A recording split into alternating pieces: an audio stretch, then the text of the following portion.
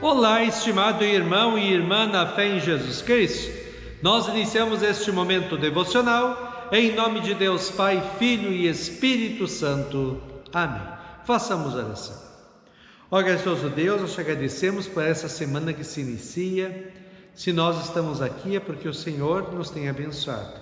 Abençoa esta semana, abençoa este dia. De maneira especial, abençoa agora o meditar da Tua Santa Palavra. Aumenta-nos a fé, a esperança e o amor. Isso te pedimos e agradecemos em nome de Jesus Cristo, teu Filho, nosso Senhor e Salvador. Amém. Que a graça, a paz e o amor daquele que veio, daquele que vem e daquele que virá em glória, Jesus Cristo, nosso Senhor e Salvador, permaneçam hoje e para sempre com todos vocês. Amém. Queremos meditar nas palavras do Evangelho de Mateus, capítulo 20, versículos 1 a 16, onde Jesus diz assim: O reino do céu é como o dono de uma plantação de uvas que saiu de manhã bem cedo para contratar trabalhadores para a sua plantação. Ele combinou com eles o salário de costume, isto é, 1 moeda de prata por dia, e mandou que fossem trabalhar na sua plantação. Às 9 horas saiu outra vez, foi até a praça do mercado e viu ali alguns homens que não estavam fazendo nada. Então disse: Vão vocês também trabalhar na minha plantação de uvas, e eu pagarei o que for justo. E eles foram. Ao meio-dia e às 3 horas da tarde, o dono da plantação fez a mesma coisa com outros trabalhadores. Eram quase 5 horas da tarde quando ele voltou à praça. Viu outros homens que ainda estavam ali e perguntou: Por que vocês estão o dia todo aqui sem fazer nada? É porque ninguém nos contratou, responderam eles. Então ele disse: Vão vocês também trabalhar na minha plantação. No fim do dia, ele disse ao administrador: Chame os trabalhadores e faça o pagamento, começando com os que foram contratados por último e terminando pelos primeiros. Os homens que começaram a trabalhar às 5 horas da tarde receberam 1 moeda de prata cada um.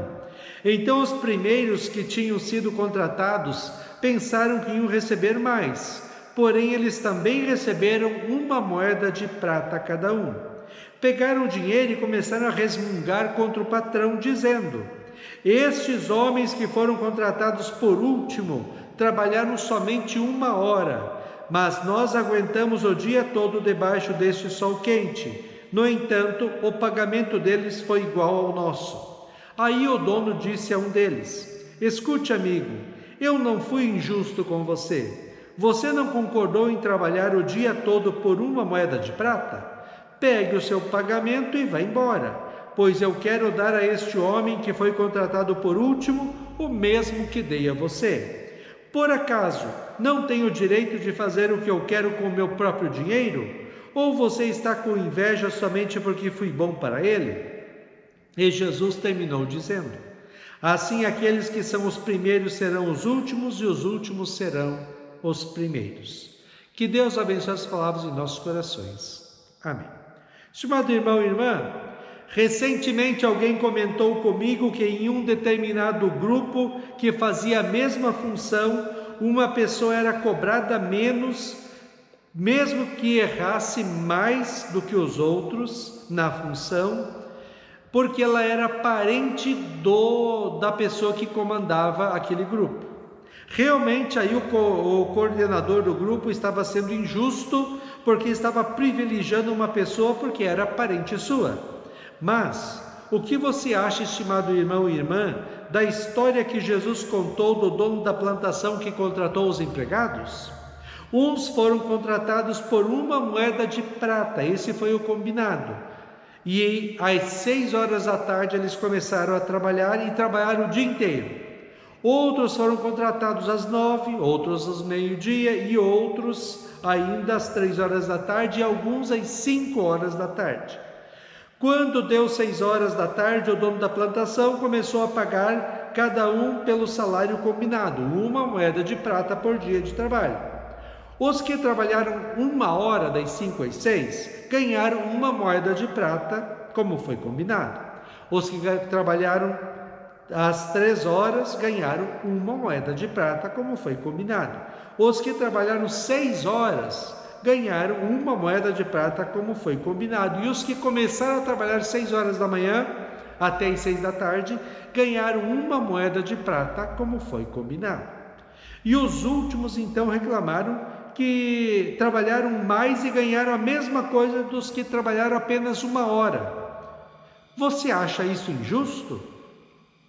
Jesus diz que não há injustiça, porque o dono combinou com cada um deles que iriam trabalhar por 1 moeda de prata, não importa a quantidade de horas que iam trabalhar. Se o dono combinou outra coisa com o outro, isto é, entre o dono e a outra pessoa, ninguém tem nada a ver com isso. Mas o que isso tem a ver com o reino de Deus, com a salvação? Em primeiro lugar, a parábola ou história fala de homens que estavam na praça sem fazer nada, porque ninguém lhes dava trabalho, ninguém valorizava eles. Eles iriam passar fome porque não teriam dinheiro para comprar comida. Assim é o ser humano desde a queda em pecado. Todos nós espiritualmente somos aqueles homens na praça sem trabalho. Estávamos mortos em nossos pecados, condenados ao inferno e éramos inúteis. Como diz o apóstolo Paulo em Romanos 3, 10 a 12. Não há uma pessoa que faça o que é certo, não há ninguém que tenha juízo, não há ninguém que adore a Deus. Todos se desviaram do caminho certo, todos se perderam. Não há mais ninguém que faça o bem, não há ninguém mesmo. O dono da plantação é Deus, que veio a nós e nos chamou, como o dono chamou aqueles trabalhadores que estavam sem fazer nada, só que Deus nos chamou das trevas do pecado e da condenação eterna no inferno para a maravilhosa luz da salvação. Só que o chamado de Deus para nos tornarmos cristãos e servirmos a Ele, consistiu em primeiro lugar em Ele ter enviado o seu único Filho Jesus Cristo ao mundo para sofrer em nosso lugar toda a ira e castigo eternos de Deus pelos nossos pecados. Com o seu sofrimento e morte na cruz, em nosso lugar, Cristo conquistou para todos os seres humanos o perdão dos pecados, a vida e a salvação eterna. Assim, todos nós fomos tirados por Cristo da situação de inutilidade e morte eterna no inferno para a salvação e a vida com Cristo, que começa aqui e continua após a morte no céu. Isso tudo que Cristo conquistou para todos os seres humanos na cruz é recebido por nós pela fé, que vem pelo batismo ou pelo ouvir da palavra de Deus. É pelo ouvir da palavra de Deus que Deus nos chama, como aqueles homens foram chamados, para vivermos uma nova vida, termos um valor e para produzirmos frutos dignos de arrependimento. Assim como o dono da plantação chamou os trabalhadores inúteis, eles deu um trabalho para serem úteis, nós que estávamos não apenas inúteis, mas mortos espiritualmente, recebemos uma nova vida, salvação, e agora, como cristãos, vivemos uma vida de serviço a Deus, vivendo uma vida santa, bonita e agradável a Deus, como diz Efésios 2. Antigamente, por terem desobedecido a Deus e por terem cometido pecados, vocês estavam espiritualmente mortos. Mas a misericórdia de Deus é muito grande e o seu amor por nós é tanto, que quando estávamos espiritualmente mortos por causa da nossa desobediência, Ele nos trouxe para a vida que temos em união com Cristo. Pela graça de Deus vocês são salvos, pois pela graça de Deus vocês são salvos por meio da fé. Isso não vem de vocês, mas é um presente dado por Deus. A salvação não é o resultado dos esforços de vocês, portanto ninguém pode se orgulhar de tê-la, pois foi Deus quem nos fez o que somos agora. Em nossa união com Cristo, Ele nos criou para que fizéssemos as boas obras que Ele já havia preparado para nós.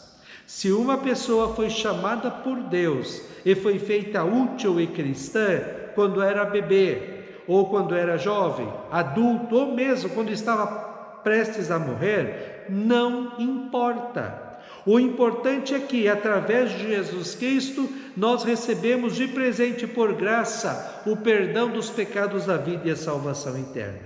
Quem teve a oportunidade de receber a fé e a salvação quando era pequeno, que viva e sirva a Deus com uma vida consagrada. Quem teve a oportunidade de receber a salvação quando estava perto da morte, que viva e sirva a Deus no tempo que ainda tem de vida aqui e continue lá no céu. É isso, estimado irmão e irmã, que Jesus quer mostrar com essa história. Nos alegremos, porque fomos chamados por Deus das trevas do pecado e da condenação no inferno para a maravilhosa luz da salvação.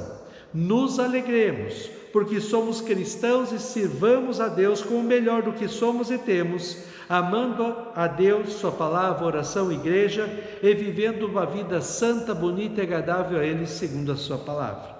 Oremos e juntos da igreja façamos o maior esforço para que mais e mais pessoas que estão inúteis e sem a salvação sejam chamadas por Deus pela pregação da sua palavra e possam ter suas vidas transformadas pela fé em Cristo como seu Senhor e Salvador.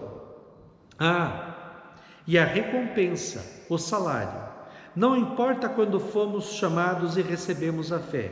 O importante é que estaremos um dia com Cristo lá no céu, o que vai ser maravilhoso.